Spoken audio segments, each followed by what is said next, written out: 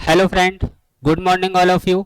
मैं अखिलेश राघव यूपी ग्लोबल कोचिंग में आपका स्वागत करता हूं। आज हमें जिस टॉपिक पे बात करनी है वो टॉपिक है भारत एवं विश्व के प्रमुख पठार। इन पठारों की हमें बात करनी है, साथ ही साथ उस लेवल से करनी है जिस लेवल से क्वेश्चन आए दिन पूछे जा रहे हैं। दूसरी बात, ऐसे मेरे भाई बहन जो परीक्षा की तैयारी करते हैं और एक दो एग्जाम में असफल हो जाते हैं और इसके बाद वो पढ़ाई करना छोड़ देते हैं या मायूस हो जाते हैं या निराश हो जाते हैं, ऐसे भाइयों के लिए, ऐसे बहनों के लिए मैं एक लाइन प्रस्तुत कर रहा हूँ। उस लाइन के माध्यम से आपको मोटिवेशन मिलेगा। वो लाइन क्या है, आइए सुनते हैं। मत पूछ मेरे सब्र की इंतहा कहाँ तक है, मत पूछ मेरे सब्र की इंतहा कहाँ तक है, कर ले सितम तेरी मर्जी जहाँ तक है, वफा की उम्मीद तो तुझसे जिसे है उसे है, हमें तो ये देखना है तू बेवफा कहाँ तक है, तू बेवफा कहाँ तक है। आइए टॉपिक को शुरू करते हैं। सबसे पहले हम पठारों की जो बात कर रहे हैं, इन पठारों में हम देखते हैं भारत से लगे हुए कौन कौन से पठार हैं। भारत का सबसे बड़ा पठार कौन सा है, भारत का शुष्क पठार कौन सा है, भारत का ऐसा पठार जहां सबसे ज्यादा कोयला मिलता है वो कौन सा है। भारत के बड़े पठार की भी हम बात करेंगे, ऐसे पठार जो प्रायद्वीपीय पठार में देखने पे नहीं लगते हैं फिर भी पठार जो प्रायद्वीपीय पठार है उसका भाग है, उन पे भी आज हमें बात करनी है।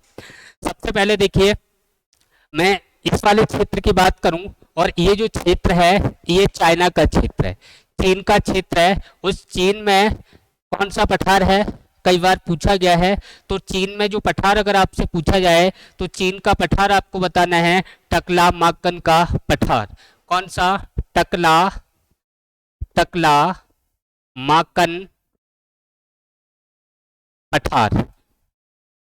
टकला माकन पठार पूछा जाए तो ये कहाँ बताओगे, चीन में। अच्छा, चीन के उत्तर में एक और देश पड़ता है जिसे बोलते हैं मंगोलिया। तो मंगोलिया का पठार कहाँ है, मंगोलिया का पठार मंगोल में है। मंगोलिया पठार कहाँ बताना है, मंगोलिया का पठार मंगोल के अंदर है। दूसरी बात, अगर भारत से लगा हुआ जो इधर देश है पाकिस्तान, कौन सा देश है, पाकिस्तान। और पाकिस्तान की बात करें तो पाकिस्तान के अंदर कौन सा पठार है, इंपॉर्टेंट है, पूछा गया है। तो कौन सा पठार पाकिस्तान में बताओगे आप, पाकिस्तान के अंदर कौन सा पठार आप बताएंगे, बताइए पाकिस्तान में कौन सा पठार है। दूसरा, अगर मैं इधर बात करूं तो इधर म्यांमार है, म्यांमार के अंदर कौन सा पठार है। ये दोनों ही पठार आपको ध्यान रखने हैं। इधर टकला माकन ध्यान ध्यान रखना है, मंगोलिया का पठार मंगोल के अंदर है, टकला माकन चीन के अंदर है, म्यांमार के अंदर कौन सा पठार है। और हम बात करें तो पाकिस्तान के अंदर कौन सा पठार है। अगर मैं पाकिस्तान की बात करूं तो पाकिस्तान में पूछा जाए पोतवार पठार, कौन सा पठार है, पोतवार, पोतवार पठार कहाँ पर है ये, पाकिस्तान के अंदर। अगर मैं बात करूं म्यांमार, तो भारत से लगा हुआ है, म्यांमार के अंदर कौन सा पठार है। तो यहाँ पे आपको बताना है शान का पठार। कौन सा, शान का पठार। शान का पठार कहाँ है, म्यांमार के अंदर है। ये भारत से लगे हुए जो देश हैं उनकी मैं सबसे पहले बात कर रहा हूँ। इसके अलावा और यहाँ से क्या इंपॉर्टेंट क्वेश्चन बनता है, अगर आपसे पूछा जाए भारत का सबसे विश्व का सबसे बड़ा और सबसे ऊंचा पठार, विश्व का सबसे बड़ा और सबसे ऊंचा पठार, तब हमारा आंसर क्या होना चाहिए। या आपसे पूछा जाए ऐसा पठार कौन सा है जिसे एशिया या विश्व की छत कहा जाता है, तब आंसर हमारा क्या होना चाहिए। तो आइए देखते हैं। अगर हमसे पूछा जाए एशिया की छत तो कौन सा पठार होगा, पामीर का पठार। एशिया की छत या विश्व की छत, तो पामीर का पठार कहाँ मिलेगा हमें, इधर मिलेगा। ये कौन सा पठार है, पामीर का पठार। पामीर का पठार ये कहाँ मिलेगा, तो इसका देश हमें बताना है तजाकिस्तान। कहाँ मिलेगा, तजाकिस्तान, तजाकिस्तान। इसके अंदर कौन सा पठार है, पामीर का पठार। और ये जो पामीर का पठार है इसी को क्या कहते हैं हम, विश्व की छत या एशिया की छत, विश्व या एशिया की छत कहा जाता है। विश्व या एशिया की छत किसको कहा जाता है, पामीर के पठार को। इसके अलावा और अगर हम देखें तो तिब्बत वाले क्षेत्र में दूसरा हम बात करें लद्दाख वाले क्षेत्र में, तो यहां भी हमें बात करनी है। अगर हम बात करें कि विश्व का सबसे बड़ा और सबसे ऊंचा पठार, तब आंसर हमारा क्या होगा, विश्व का सबसे बड़ा और सबसे ऊंचा पठार। तो वो हमें देखना है। अगले नेक्स्ट पन्ने पर देखते हैं। देखो, अगर ये वाला जो एरिया है, ये तिब्बत वाला एरिया है, और यहाँ जो स्थित है वो तिब्बत का पठार है। कौन सा पठार, तिब्बत का पठार। ये तिब्बत का पठार, इसकी विशेषता क्या है, इसकी विशेषता लिख लो, ये चीन के आधिपत्य में ही है। हालांकि ये किसमें है, तिब्बत में है, और तिब्बत पे अधिकार किसका है, चीन का अधिकार है। तो अगर मैं बात करूं तिब्बत का पठार, इसके बारे में ध्यान रखना है, विश्व का सबसे ऊंचा पठार, विश्व का सबसे ऊंचा पठार पूछा जाए तो आंसर क्या होगा, तिब्बत का पठार। विश्व का सबसे ऊंचा पठार पूछा जाए तो कौन सा आंसर होगा, तिब्बत का पठार। अगर आपसे पूछा जाए विश्व का सबसे बड़ा पठार, विश्व का सबसे बड़ा पठार, तब भी आंसर क्या होगा, तिब्बत का पठार। अगर आपसे पूछा जाए एशिया की छत या विश्व की छत किसे कहा जाता है, तब आंसर क्या होगा, पामीर का पठार। क्लियर हो गया। अगर पूछा जाए भारत का सबसे ऊंचा पठार, तब हम आंसर क्या देंगे, तो भारत का सबसे ऊंचा पठार यहां मिलेगा आपको, भारत का सबसे ऊंचा पठार कौन सा होगा, लद्दाख का पठार। कौन सा होगा, भारत का, लिख दे रहा हूं, भारत का सबसे ऊंचा पठार, भारत का सबसे ऊंचा पठार। आंसर क्या देंगे हम, लद्दाख का पठार। लद्दाख का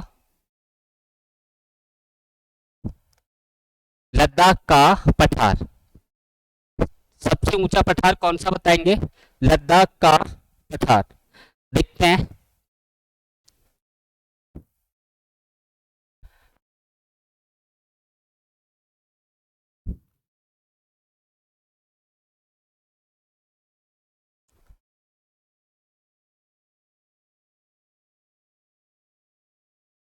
चलो कोई बात नहीं, नक्शा चला गया है, फिर से इसको लाने की कोशिश करते हैं। चलो दोबारा फिर लिख दे रहा हूं, अभी मैंने जो बताया उसको सुनिए। यहां पर है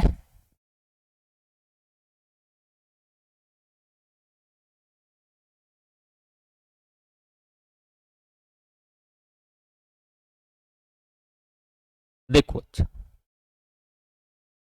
यहां पे देखते हैं, ये तिब्बत का पठार, तिब्बत का पठार, इसके बारे में क्या बताना है, विश्व का सबसे ऊंचा पठार, सबसे ऊंचा पठार। दूसरा ध्यान रखना है, विश्व का सबसे बड़ा पठार, विश्व का सबसे ऊंचा पठार और विश्व का सबसे बड़ा पठार कौन सा हो जाएगा, तिब्बत का पठार। इसके अलावा पाकिस्तान में मैंने आपको बता दिया कौन सा पठार है, पोतवार पठार। अगर पूछा जाए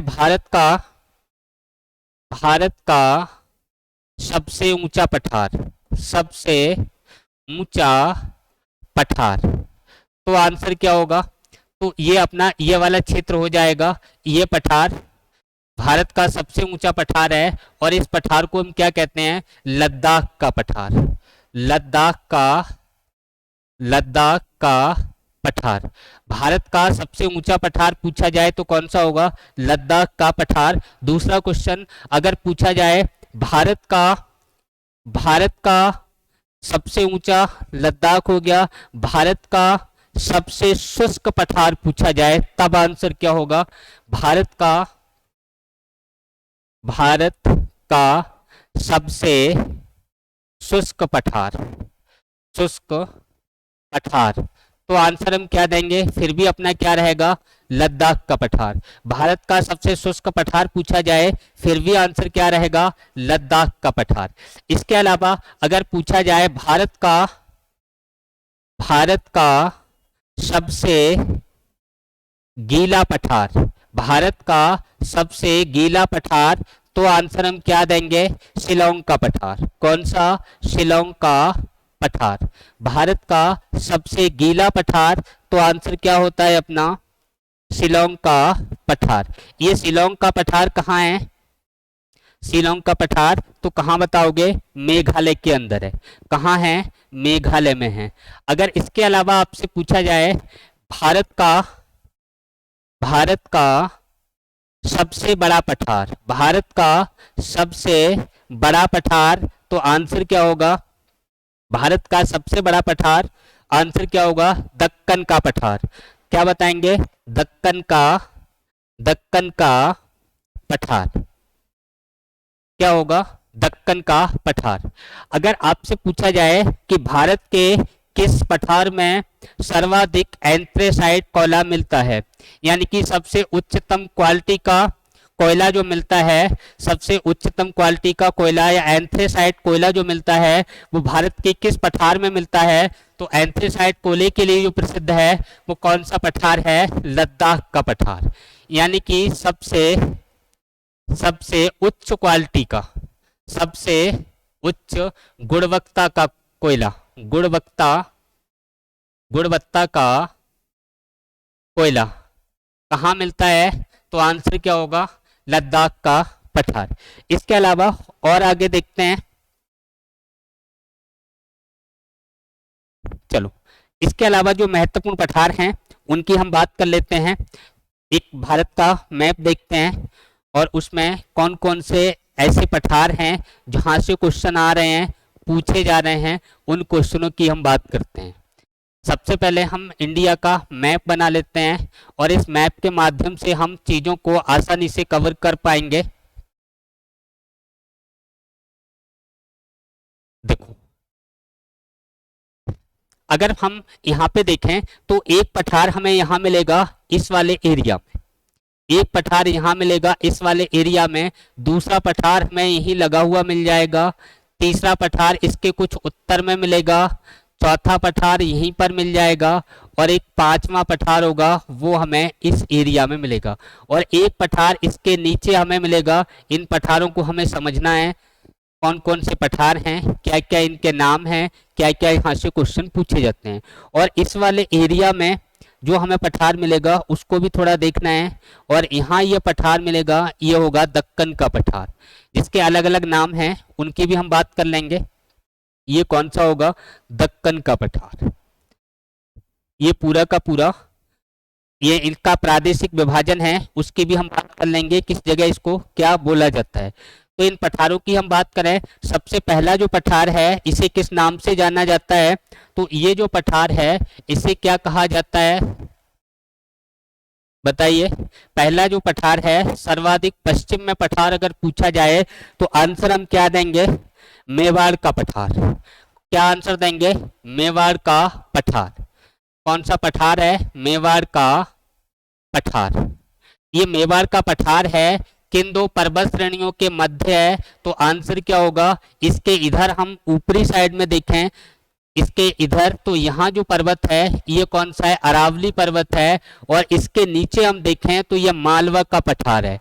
कौन सा पठार है, मालवा का पठार। तो ये जो मेवाड़ का पठार है ये किसके बीच है, तो हमें क्या बताना है, अरावली व मेवाड़, अरावली व यानी मेवाड़ पठार अरावली व मालवा पठार के मध्य है, मालवा पठार के मध्य है, पहली बात। दूसरी बात, मेवाड़ पठार की प्रमुख नदी पूछी जाए, मेवाड़ पठार की प्रमुख नदी, तो नदी कौन सी है, वनास नदी। कौन सी नदी है, वनास नदी। यानी कि मेवाड़ पठार की प्रमुख नदी पूछी जाए तो प्रमुख नदी हम क्या बता देंगे, वनास नदी। इसके अलावा और अगर मैं क्वेश्चन देखूं तो हमारे क्वेश्चन क्या बनते हैं, क्या क्या हमसे पूछे गए हैं, उन क्वेश्चनों की अगर हम बात करें, पहले हम इनके पठारों के नाम लिख लो। ये मालवा का पठार, सबसे पश्चिम में कौन सा, मेवाड़, फिर मालवा हो गया, इसके बाद आएगा बुंदेलखंड का पठार, बुंदेलखंड का पठार। इसके अलावा बुंदेलखंड के बाद आएगा अपना बघेलखंड का पठार, बघेलखंड का पठार। इसके अलावा और हम इधर को आए, सबसे पूरब में अगर हम देखें तो सबसे पूरब में हमें मिलेगा छोटा नागपुर पठार। कौन सा मिलेगा? छोटा नागपुर पठार। छोटा नागपुर पठार के अगर हम थोड़े दक्षिण साइड में आए तो ये उड़ीसा में मिलेगा हमें दंडकारण्य पठार। दंडकारण्य पठार। अभी एक एक की हम बात कर लेंगे हेडिंग डाल के। अगर मैं इसकी बात करूं तो ये कौन सा पठार है? दक्कन का पठार। कौन सा? दक्कन का पठार। कौन सा पठार है? दक्कन का पठार। इसके अलावा यहाँ पे मेघालय के अंदर एक पठार मिलेगा, ये है शिलोंग का पठार। कौन सा? शिलोंग का पठार। शिलोंग का पठार। एक आपको पठार यहाँ असम के अंदर मिल जाएगा, और असम में जो पठार मिलेगा ये कौन सा पठार है? कार्बी एलोंग का पठार। कार्बी एलोंग का पठार। तो कार्बी एलोंग का पठार पूछा जाए तो कहाँ बता दोगे? असम के अंदर शिलोंग का पठार, मेघालय दंडकारण्य पठार कहाँ हो जाएगा? उड़ीसा वाले क्षेत्र में। शिलोंग छोटा नागपुर का पठार ये छत्तीसगढ़ में होगा, पश्चिम बंगाल में होगा। अगर मैं बात करूं बघेलखंड का पठार, तो बघेलखंड और बुंदेलखंड दोनों ही पठार मध्य प्रदेश और उत्तर प्रदेश में होंगे। मालवा का पठार ये कहाँ होगा? तो ये मालवा का पठार राजस्थान में होगा और मध्य प्रदेश में होगा। इसके अलावा मेवाड़ का पठार, तो ये कहाँ है? इसकी हमें ध्यान रखना है, राजस्थान। एक तो राजस्थान और दूसरा मेवाड़ का पठार दो जगह है, एक तो राजस्थान में है और दूसरा कहाँ है? मध्य प्रदेश में है। दूसरा कहाँ बताओगे?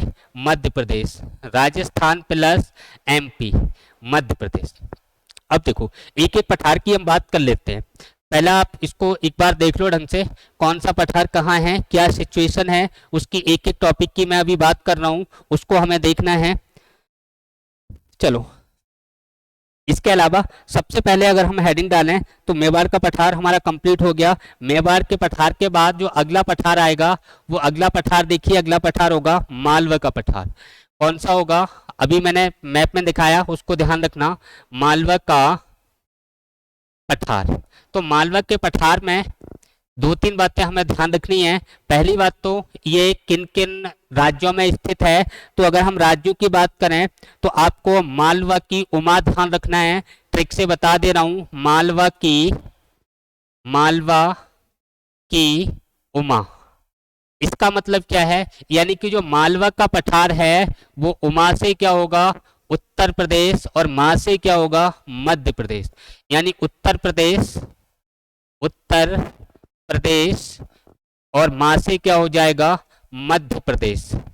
उत्तर प्रदेश और मध्य प्रदेश। मालवा का पठार किन किन के बीच है?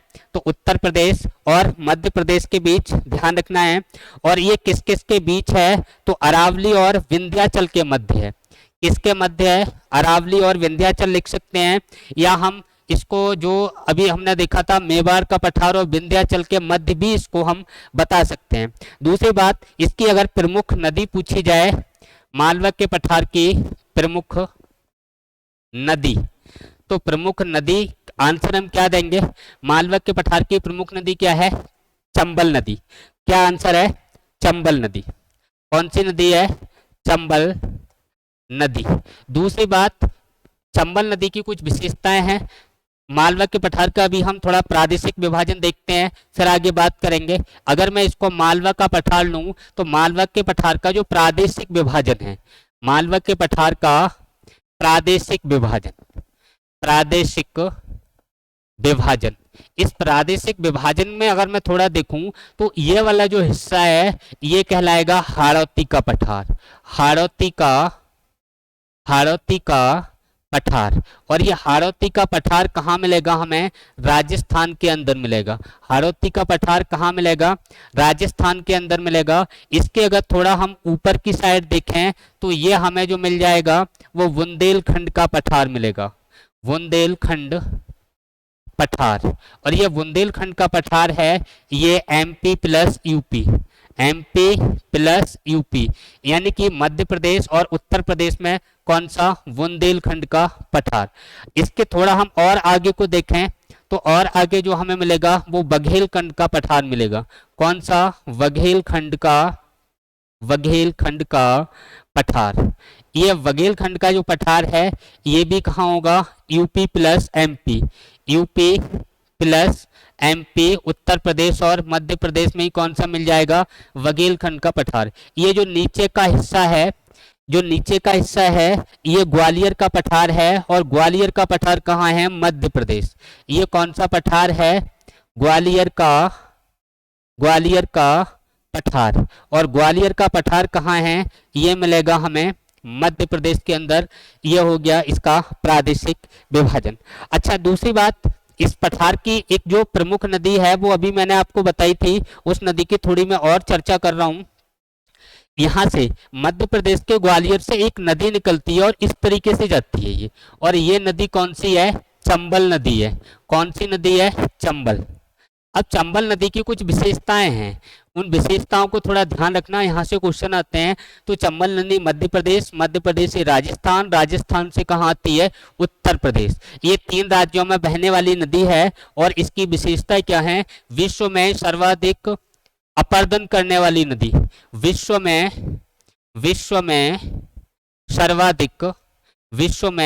सर्वाधिक अपर्दन करने वाली नदी कौन सी है, अपर्दन करने वाली नदी, तो कौन सी हो जाएगी, चंबल नदी।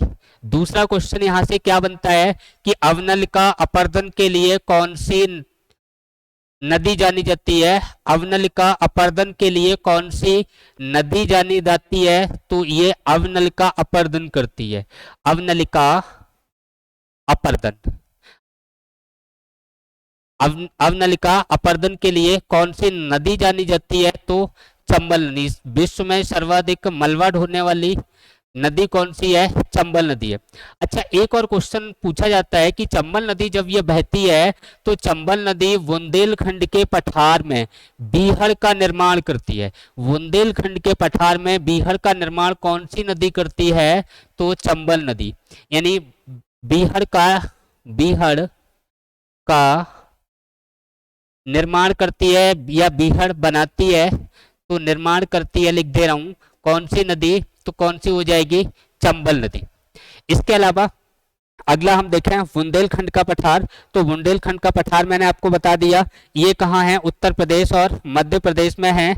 ये ऊबड़ खाबड़ है, ठीक, ये ऊबड़ खाबड़, पूरा ऊबड़ खाबड़ क्षेत्र है, और इसमें जो बुंदेलखंड की प्रमुख नदी है वो चंबल नदी है। ये विश्व में सर्वाधिक अपर्दन करने वाली नदी के नाम से जानी जाती है, अवनलिका अपर्दन के नाम से जानी जाती है, और बीहड़ का निर्माण भी कौन सी नदी करती है, तो हो जाएगा बुंदेलखंड।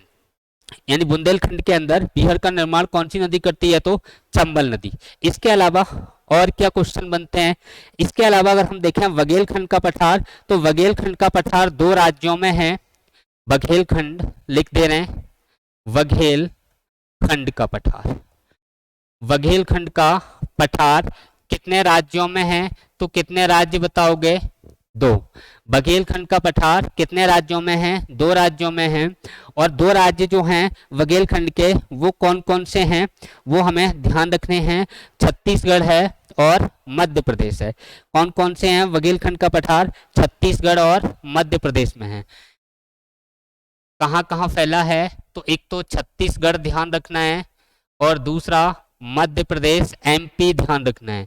मध्य प्रदेश और छत्तीसगढ़ में कौन से पठार का विस्तार है, तो आंसर क्या होगा, बघेलखंड का पठार। अच्छा, दूसरी बात यह है कि ये जो बघेलखंड का पठार है, ये जो सोन नदी है, सोन नदी, और दूसरी कौन सी नदी है, यानी कि बघेलखंड का पठार किन 2 नदियों के बीच जल विभाजन का काम करता है, तो हम आंसर क्या देंगे, सोन नदी व महानदी के बीच, सोन नदी व महानदी के बीच, महानदी के बीच जल विभाजक का काम करता है, जल विभाजक का काम करता है या कार्य करता है।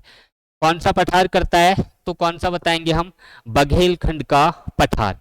इसके अलावा अगला पठार हम देखें 5वें नंबर पे, तो कौन सा पठार आएगा उसकी हम बात कर लेते हैं। छोटा नागपुर पठार, वेरी इंपॉर्टेंट पठार है, इसको थोड़ा ध्यान रखना है। छोटा नागपुर पठार, छोटा नागपुर पठार, ये छोटा नागपुर पठार, इसका विस्तार अगर पूछा जाए तो विस्तार कहाँ बताओगे, कहाँ कहाँ फैला है ये छोटा नागपुर पठार। इसका विस्तार हम बात करें तो जेसीबी उड़ी, आपको ध्यान रखना है, एक ट्रिक ध्यान रखना है। ट्रिक क्या है, जेसीबी उड़ी, जिसमें झारखंड, जे से क्या हो जाएगा झारखंड, सी से क्या होगा छत्तीसगढ़, सी से क्या होगा छत्तीसगढ़, बी से क्या होगा पश्चिम बंगाल, बी से क्या हो जाएगा पश्चिम बंगाल, और पश्चिम बंगाल, उड़ी से क्या होगा उड़ीसा, क्या हो जाएगा उड़ीसा। इस तरीके से इनको हम ध्यान रख सकते हैं, पश्चिम बंगाल, उड़ीसा, छत्तीसगढ़, झारखंड। छोटा नागपुर पठार वेरी इंपॉर्टेंट पठार है, यहाँ से ज्यादा क्वेश्चन आने की संभावना होती है। अगर मैं छोटे नागपुर पठार की बात करूं तो इसकी सबसे ऊंची चोटी पूछी जाए, सबसे ऊंची चोटी, तो सबसे ऊंची चोटी इसकी कौन सी हो जाएगी, पारसनाथ हिल, पारसनाथ, पारसनाथ हिल ध्यान रखना है, पारसनाथ हिल। ये किसके लिए प्रसिद्ध है, तो जैन धर्म का, जैन धर्म का प्रसिद्ध, जैन धर्म का प्रसिद्ध तीर्थ स्थल है। जैन धर्म का प्रसिद्ध तीर्थ स्थल कौन सा है, पारसनाथ हिल है, और ये छोटा नागपुर पठार का भाग है। दूसरी बात इसके बारे में और क्या क्वेश्चन बनते हैं, अगर हमसे पूछा जाए पाट भूमि किसे कहा जाता है, पाट भूमि, तो पाट भूमि इंपॉर्टेंट है, पूछी हुई बात है, इसको ध्यान रखना। पाट भूमि किसको कहा जाता है, छोटा नागपुर पठार को कहा जाता है। अगर हमसे पूछा जाए पठारों का पठार किसको कहा जाता है, तो किसको कहा जाता है, छोटा नागपुर पठार को। पठारों का, पठारों का पठार किसको कहा जाता है, तो पठारों का पठार भी किसको कहा जाता है, छोटा नागपुर पठार को कहा जाता है। दूसरी बात, अगर इसको पाट भूमि होगी, पठारों का पठार हो गया, छोटा नागपुर पठार हो गया, अगर एक बात और यहाँ पे पूछी गई है उसको और ध्यान रखना है। अगर हम बात करें अग्र गंभीर पठार किसको कहा जाता है, अग्र गंभीर पठार, वो भी किसको कहा जाता है, छोटा नागपुर पठार को। अग्र गंभीर, अग्र गंभीर पठार किसको कहा जाता है, छोटा नागपुर पठार को। अच्छा, इससे और जो क्वेश्चन बनते हैं उनकी मैं थोड़ी और बात कर रहा हूं।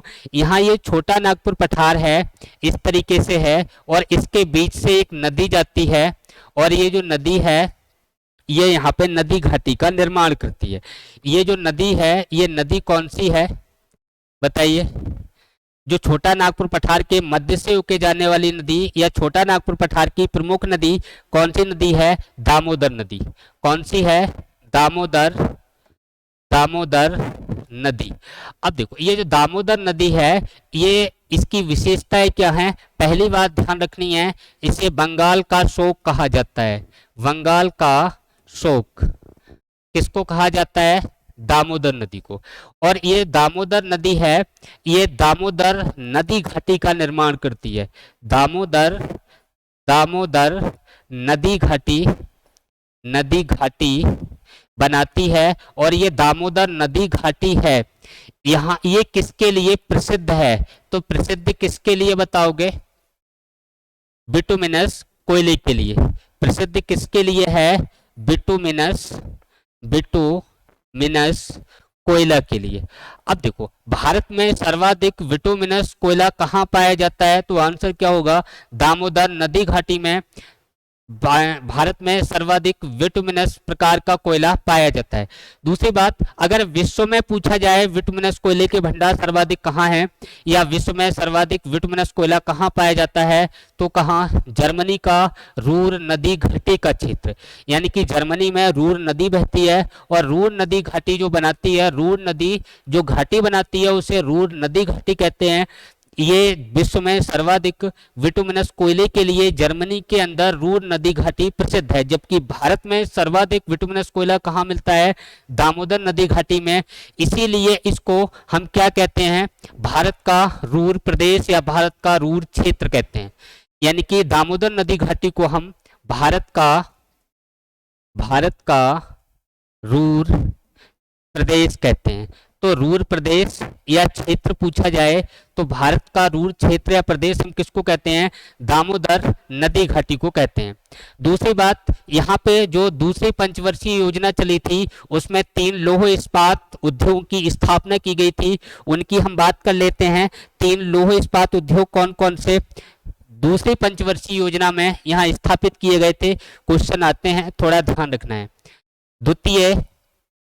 द्वितीय पंचवर्षीय योजना में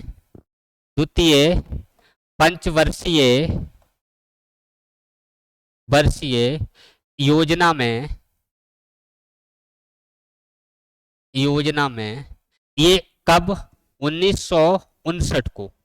यहाँ पे 3 लौह इस्पात संयंत्र, लौह इस्पात उद्योग लिख लो, इस्पात उद्योगों की स्थापना की गई, उद्योगों की स्थापना की गई थी। और ये कौन कौन से 3 लौह इस्पात उद्योग थे? ये दामोदर नदी घाटी में जो स्थित हैं उनकी हम बात करते हैं। जिसकी अगर हम बात करें, 3 लौह इस्पात उद्योग हैं, इनमें राउरकेला है, भिलाई है और दुर्गापुर है। कौन कौन सा? राउरकेला, दूसरा भिलाई, तीसरा दुर्गापुर।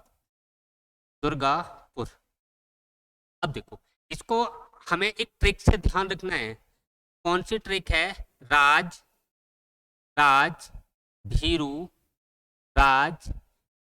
भीरू दुबे। अब दुबे, इससे ध्यान रखना है। इसका मतलब है राउरकेला किसके सहयोग से? ये राउरकेला की जो स्थापना हुई वो जा से क्या होगा? जर्मनी। यानी राउरकेला की जो स्थापना है वो किसके सहयोग से हुई है? जर्मनी के सहयोग से हुई है। जबकि भिलाई की जो स्थापना है ये रूस के सहयोग से हुई है। इसे भिलाई और रूस किसके सहयोग से हुई? रूस के सहयोग से हुई। अगर हम दुर्गापुर की बात करें तो दुबे लिखा है, इससे बाद से क्या होगा? ब्रिटेन। यानी दुर्गापुर की स्थापना किसके सहयोग से हुई? ब्रिटेन के सहयोग से।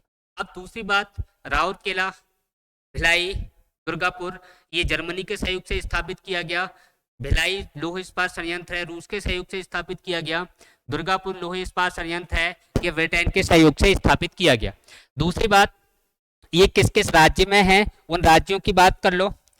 ये जो राउरकेला है ये कहाँ पर है? उड़ीसा के अंदर है। कहाँ है? उड़ीसा के अंदर है। भिलाई कहाँ है? छत्तीसगढ़ के अंदर है। और अगर मैं दुर्गापुर की बात करूं तो ये पश्चिम बंगाल के अंदर है। ये कौन से राज्य में है? तो इसका राज्य जो हमें बताना है वो छत्तीसगढ़ बताना है। जबकि अगर मैं दुर्गापुर की बात करूं तो वेस्ट बंगाल, बात करें तो पश्चिम बंगाल में है। इसके अलावा जो तीसरी पंचवर्षीय योजना थी, थर्ड पंचवर्षीय योजना थी, इस थर्ड में 1972 से 74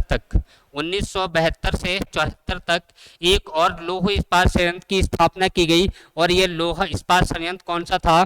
बोकारो था। कौन सा था? बोकारो।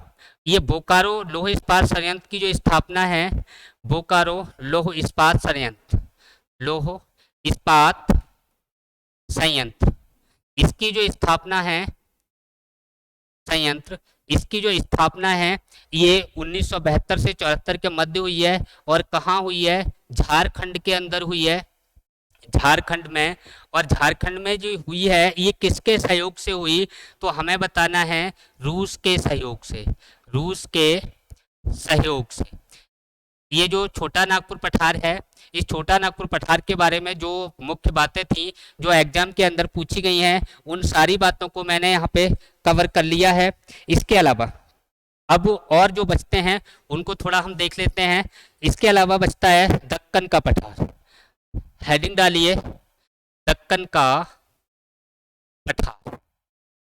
ये दक्कन का पठार कहाँ है, किन किन राज्यों में इसका विस्तार है, तो इसको भी हमें ध्यान रखना है। इसको हमें ध्यान रखना है मामा जी का दक्कन, ट्रिक ध्यान रखनी है, मामा जी का दक्कन। क्या ध्यान रखना है, मामा जी का दक्कन।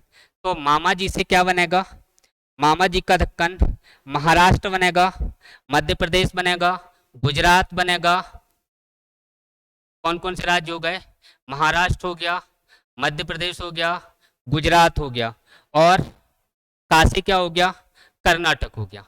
देखो महाराष्ट्र कहाँ कहाँ फैला है, तो महाराष्ट्र, महाराष्ट्र के बाद मध्य प्रदेश, एमपी, जी से गुजरात, गुजरात, का से कर्नाटक, कर्नाटक, और दक्कन से दक्कन का पठार।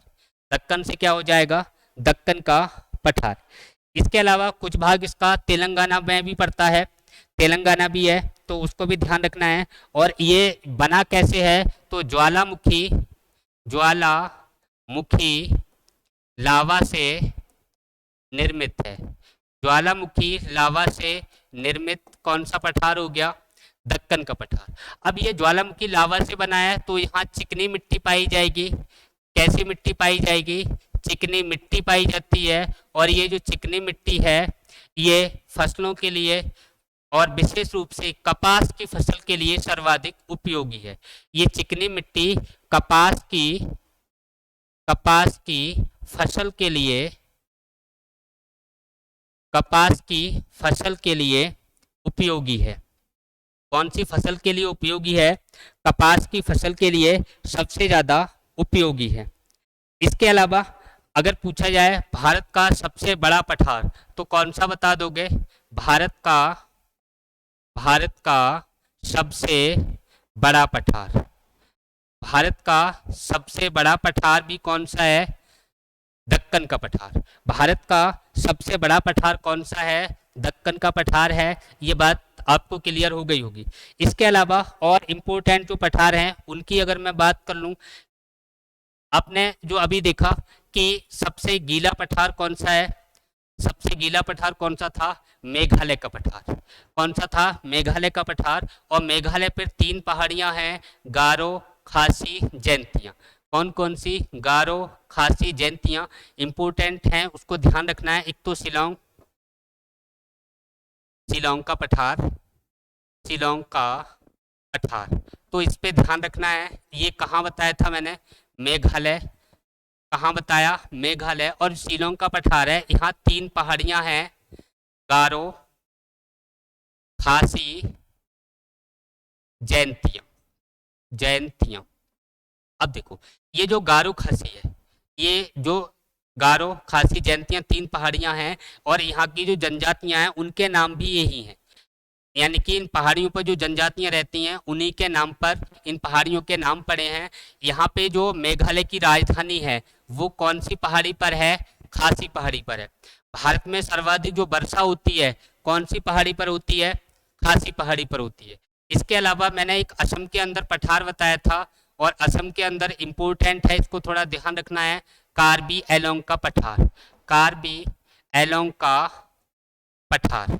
ये कार्बी एलोंग का पठार है, ये दो पहाड़ियों से मिलकर बना है, मिकिर, मिकिर और रेगमा, रेगमा। कितनी पहाड़ियों से मिलकर बना है, 2 पहाड़ियां हैं, मिकिर और रेगमा। यहाँ पे असम के अंदर कौन सा पठार बना है, कार्बी एलोंग का पठार बना है। अगर आपसे पूछा जाए शिलोंग के पठार की सबसे ऊंची चोटी कौन सी है, नौक्रेक, किस पहाड़ी पर है, गारो पहाड़ी पर। शिलोंग के पठार की सबसे ऊंची चोटी नौक्रेक किस पहाड़ी पर है, गारो पहाड़ी पर। इसके अलावा कुछ विश्व के बारे में जो पठार हैं इंपोर्टेंट, उनको मैं थोड़ा और देख ले रहा हूँ। यहाँ पे देखिए आप, विश्व के प्रमुख पठार हैं, इनमें जो पूछे गए हैं इंपोर्टेंट पठार हैं उनको सुनिए। अनातोलिया का पठार अगर पूछा जाए तो आंसर अपना क्या होगा, टर्की के अंदर है। गिनी का पठार पूछा जाए तो गुयाना, सूरीनाम और फ्रेंच गुयाना, ये 3 देश हैं। इन 3 देशों में कौन सा मिलता है, गिनी का पठार। अलास्का पूछा जाए, यूक्रेन का पठार पूछा जाए, कोलंबिया का पठार पूछा जाए, कोलोरेडा का पठार पूछा जाए तो ये हम कहाँ बताएंगे, यूएसए के अंदर है, संयुक्त राज्य अमेरिका में है। अगर आपसे पूछा जाए कि विश्व का सबसे बड़ा नदी गार्ज तो कौन सा है, कोलोरेडा नदी गार्ज है, और ये कौन से पठार पर है, कोलोरेडा पठार पर है। ये कोलंबिया, 2 बार लिख गया है, कोलोरेडा पठार। यानी कि अलास्का पठार पूछा जाए, यूक्रेन पठार पूछा जाए, कोलंबिया पठार पूछा जाए, कोलोरेडा पठार पूछा जाए, सबका आंसर क्या होगा, संयुक्त राज्य अमेरिका, यूएसए। अगर आपसे पूछा जाए टकलामाकन का पठार तो अभी मैंने बताया था कहाँ है, ये चीन के अंदर है। इसके अलावा अगर दूसरा देखें चियापास का पठार तो ये कहाँ है, उत्तरी अमेरिका। चियापास का पठार कहाँ है, उत्तरी अमेरिका। पेंटागोनिया का पठार पूछा जाए तो अर्जेंटीना के अंदर है, और ये कहाँ, कौन से महाद्वीप में पड़ेगा, दक्षिण अमेरिका में। पोतवार का पठार पाकिस्तान के अंदर। एक और ध्यान रखना है आपको, लॉरेशिया का पठार कहाँ मिलेगा, कनाडा के अंदर। इसके अलावा अबिसिनिया का पठार पूछा जाए तो आंसर अपना क्या होगा, अबिसिनिया का पठार पूछा जाए तो आंसर अपना क्या होगा भाई, हॉर्न ऑफ अफ्रीका। ये हमारे पठार थे, जो महत्वपूर्ण बातें थी, पूछे जाने की संभावना थी, या जो बातें पूछी गई हैं उनको मैंने इस टॉपिक में कवर किया है। कल नेक्स्ट टॉपिक पर अगली वीडियो लेकर उपस्थित होंगे। अगला टॉपिक भी हमारा स्टैटिक जीके का ही होगा। आप हमारे साथ बने रहिए। थैंक यू, धन्यवाद, जय हिंद, जय भारत।